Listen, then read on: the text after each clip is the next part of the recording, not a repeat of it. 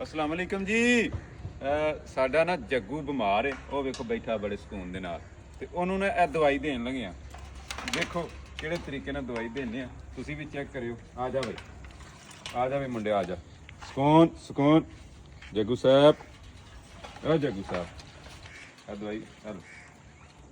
ਇੱਕ ਤਰੀਕਾ ਨਵਾਂ ਆਜ਼ਾਦ ਕਰਨ ਲੱਗੇ ਆ, ਵੇਖਦੇ ਆ ਕੀ ਬਣਦਾ।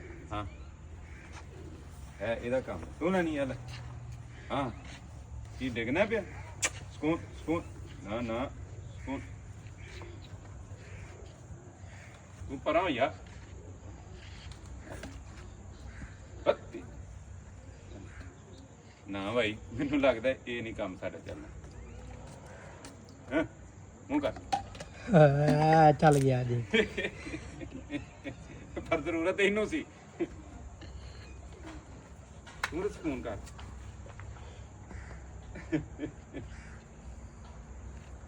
चल कोई गल नहीं, नवा आइडिया फिर करने।